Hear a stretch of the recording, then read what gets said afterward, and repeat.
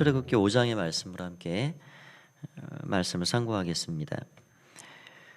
모세와 아론이 이제 부름을 받아서 바로 앞에 처음 나가게 됩니다. 첫 대면을 하게 되는 것인데요. 모세가 바로에게 하나님이 말씀하시라라는 그 입에 넣어준 말 그대로를 가서 전하게 됩니다. 여기 1절에 보니까 그렇게 말씀합니다. 모세와 아론이 바로에게 갔고요.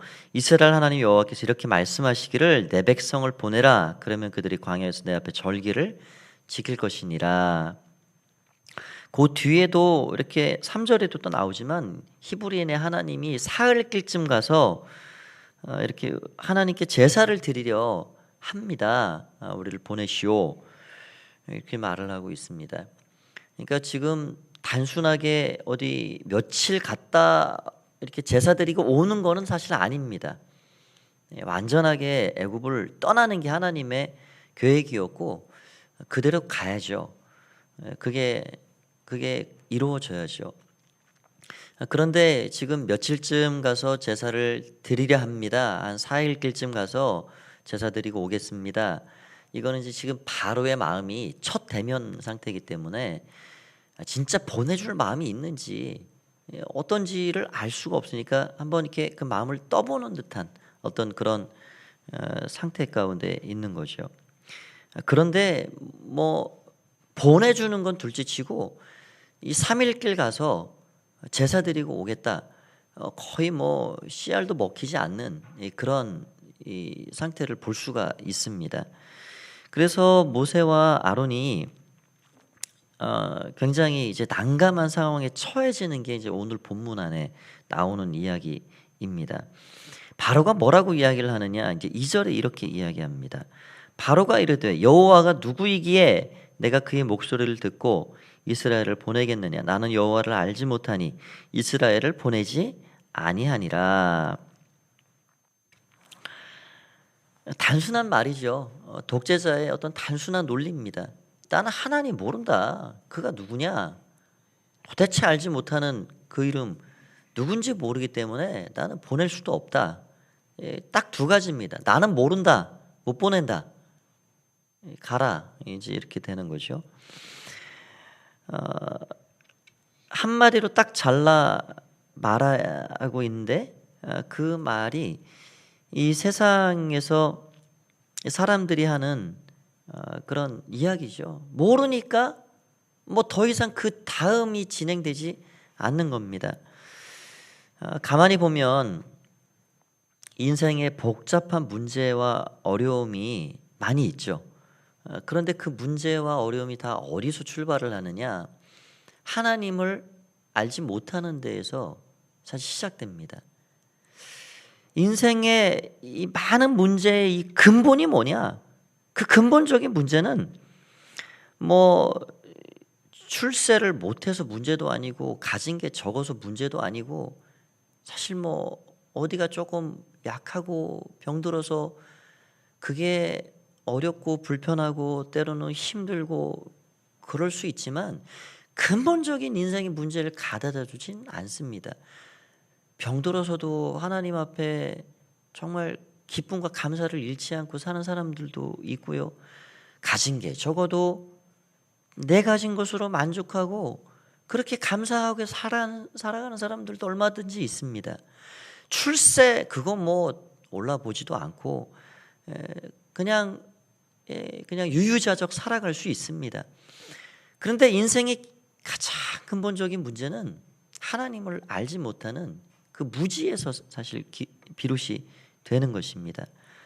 사람이 하나님을 알지 못한다는 것, 그리고 하나님과 멀리 떨어져 있고 하나님을 모르기 때문에 온갖 불행이 찾아온다는 것, 그 원리를 사실 알지도 못하고 살아가는 것이라 할 수 있죠.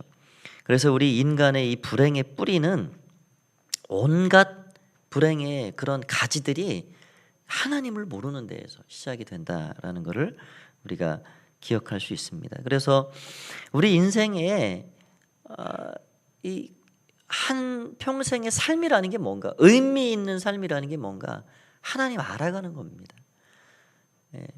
가장 의미 있는 인생이 뭐냐? 하나님을 계속해서 알아가는 겁니다. 내 삶에서 체험하면서 알아가고, 하나님이 이런 분이시구나.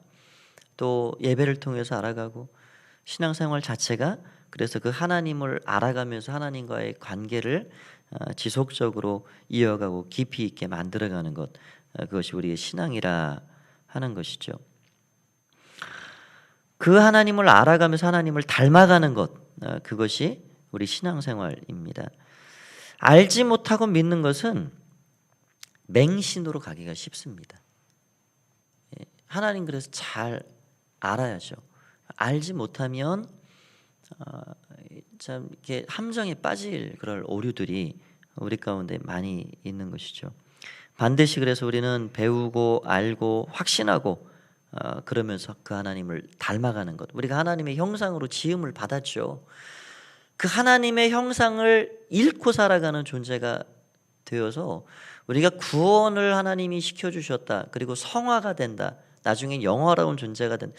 그 하나님이 만들어주신 그 형상을 회복해가는 과정이 성화의 과정이라 할 수 있고요.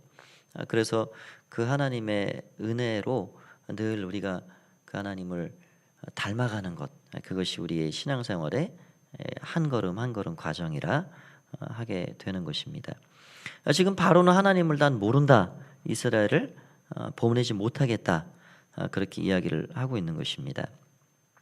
그때 애굽 왕이 바로가 또 뭐라고 얘기하냐면 여기 4절에 보니까 애굽 왕이 그들에게 이르되 모세와 아론아 너희가 어찌하여 백성의 노역을 쉬게 하려느냐, 가서 너희의 노역이나 해라.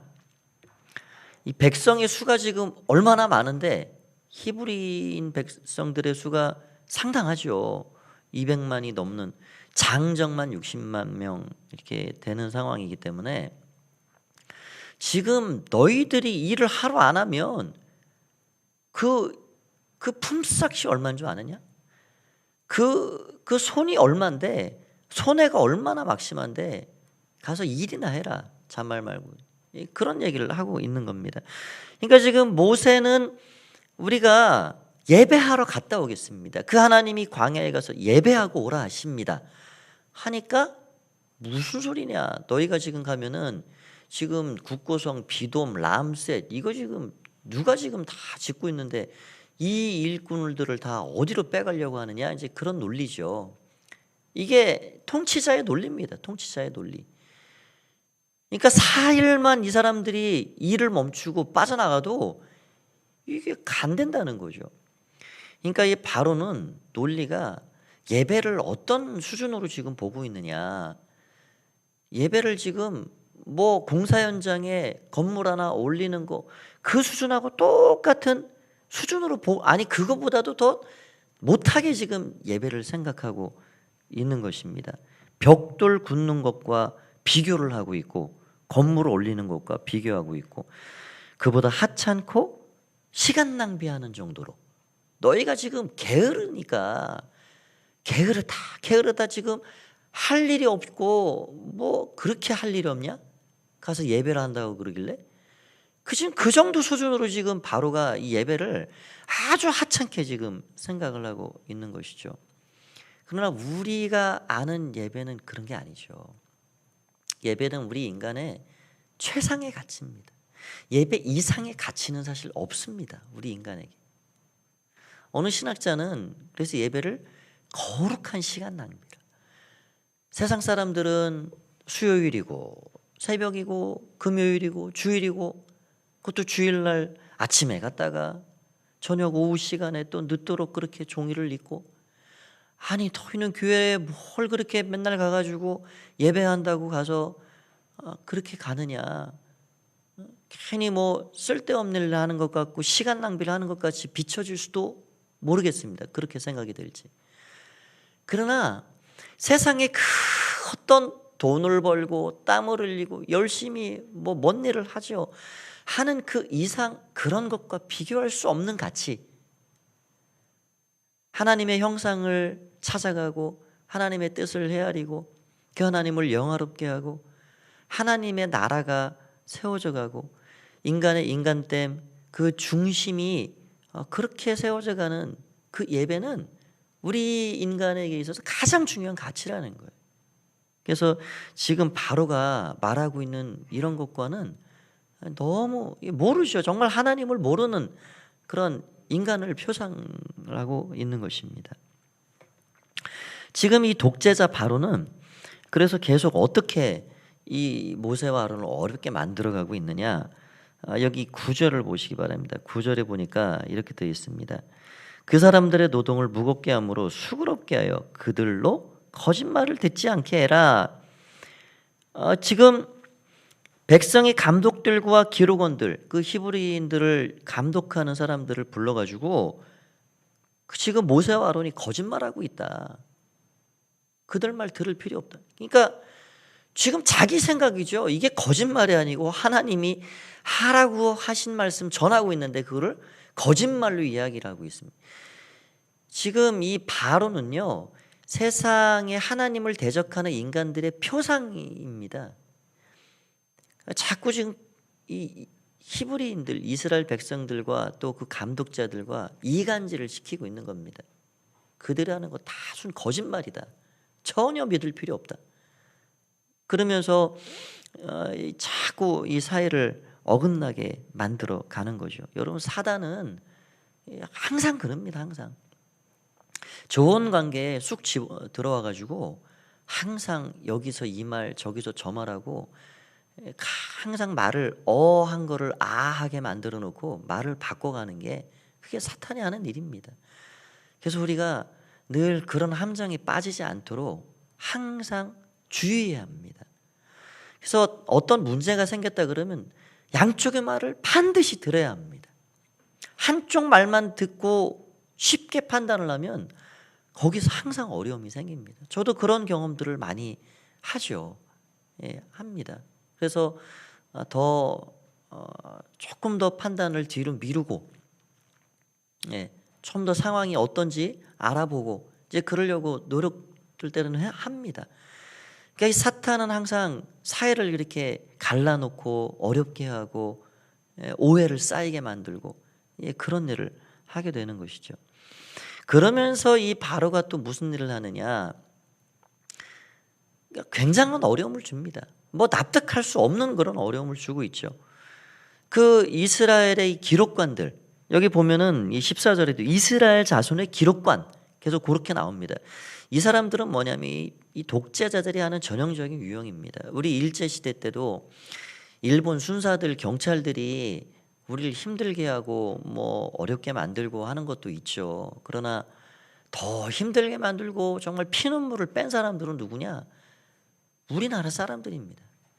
조선 사람이라 하는 그 사람들이 일제의 앞잡이가 돼가지고 동네를 감시하고 사람들을 그렇게 압제해가고 그 사람들이 자기 동포들에게 하는 그런 악행은요, 우리가 그런 일제시대 때의 배경으로 만들어진 영화들을 보면 많이 보게 되죠.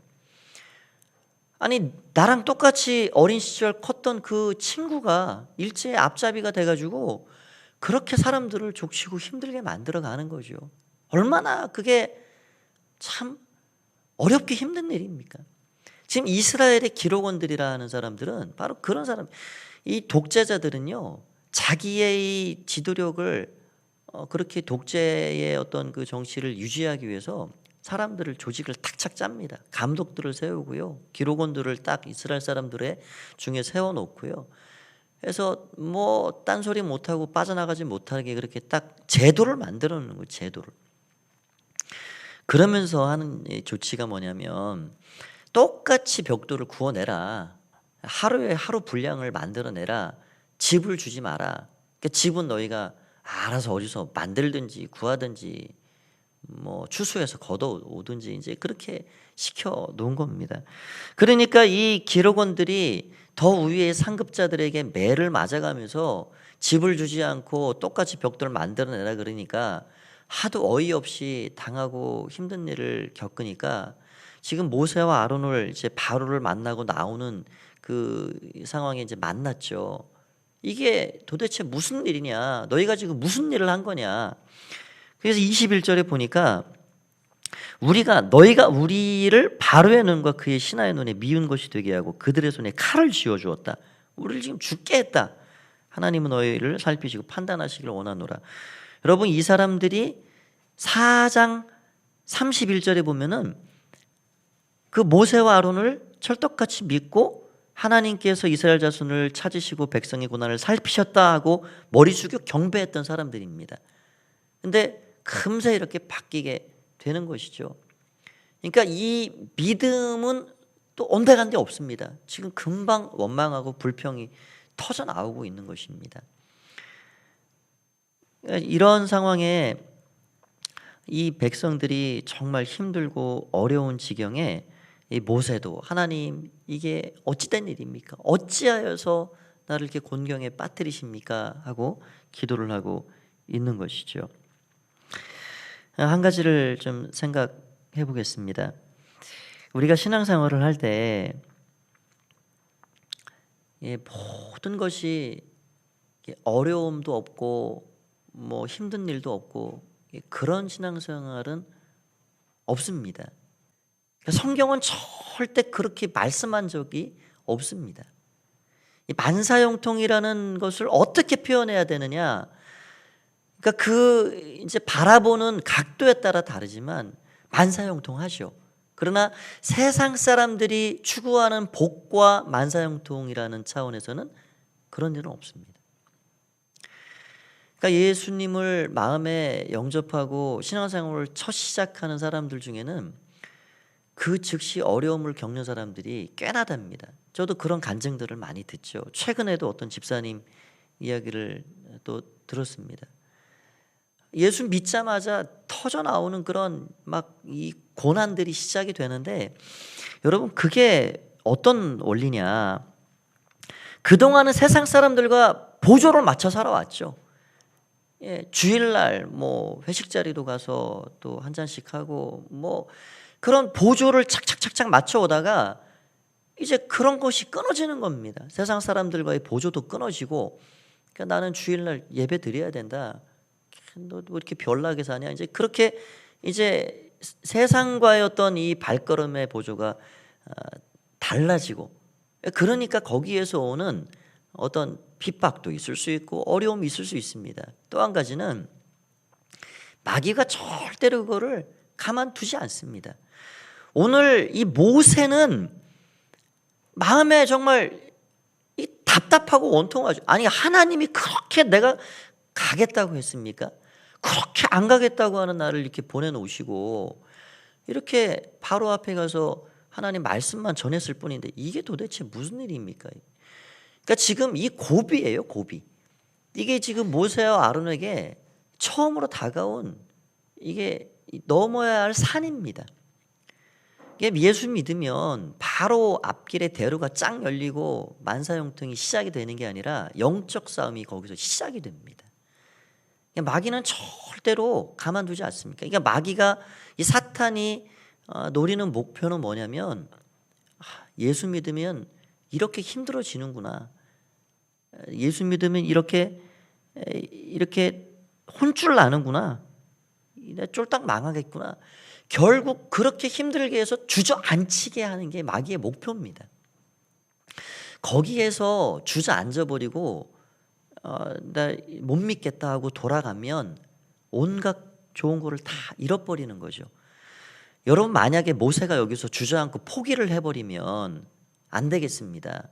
포기를 해버리면 하나님의 구원의 역사는 거기서 중단되는 겁니다. 그 백성들은 이제 바로가 주는 고기 국물 먹고 고기 덩어리 먹고 계속 거기서 벽돌만 꾸면서 미래의 소망도 없이 평생, 아니 내 평생이 아니고 내 아들도 평생, 그 아들도 평생, 그냥 평생 자자손손 애굽에서 고기 국물을 얻어먹고 거기서 벽돌 굽고 살아야 합니다. 미래의 소망이 없는 거죠.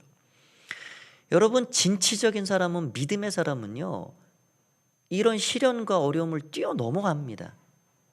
그런 사람들이 받는 면류관이 있고요, 상급이 있습니다. 그래서 요한일서 5장 5절에 예수께서 하나님의 아들을 믿는 자가 아니면 세상을 이긴 자가 누구냐? 그 예수님을 통해서 믿음을 갖고 그 믿음이 세상을 이겨간다는 거예요. 그래서 우리들은 더 믿음으로 나갈 때 마귀의 시험이 찾아옵니다. 그걸 우리가 기도로 뚫고 나가고 믿음으로 뚫고 나가야 하는 거예요. 그래서 하나님이 주시는 면류관을, 그 상급을 받는 겁니다. 면류관이 아무한테나 다 내려오는 건 아닙니다. 여러분, 올림픽 금메달 뭐 출전하는 사람마다 다 그거 주는 거 아니잖아요. 네, 하나님 앞에 정말로 이 어려움이 다가와도 믿음으로 신실하게 그것을 뚫고 나가고, 그래서 하나님 앞에 나아가는 사람에게 하나님께서 귀한 것들로 채워 가시는 것이죠. 오늘 모세와 아론이 이거를 잘 넘어갑니다. 하나님은 또 감당할 수 있는 힘을 주시고 능력을 주십니다. 그게 하나님이십니다. 우리를 마냥 어렵게만 두고 그냥 마시는 게 아니라 반드시 이겨낼 수 있는 힘과 능력을 우리에게 베풀어 주십니다. 위로하시고 격려하시고 그렇게 은혜를 베풀어 주시는 것을 보게 되죠. 오늘도 그 하나님 바라보고 세상을 이기는 그 믿음은 하나님의 아들을 믿는 그 믿음입니다. 믿음이 이기네, 믿음이 이기네, 주 예수를 믿음이 온 세상 이기네. 우리 찬양 있잖아요. 맨날 그 찬양을 고백하고 중얼거리면서 하나님 앞에 사는 거예요. 어려움이 있을 때 찬양하고 기도하고 믿음으로 나아가는 겁니다. 그럴 때 우리를 지키시고 승리케 하시는 거죠. 그 은혜로 오늘도 믿음으로 살아가시는 여러분 모두가 되시기를 간절히 축원드립니다. 하나님 감사합니다. 오늘 믿음으로 주님 앞에 이 하루도 나아가기 원합니다. 믿음이 결국 승리하는 것을 보게 됩니다.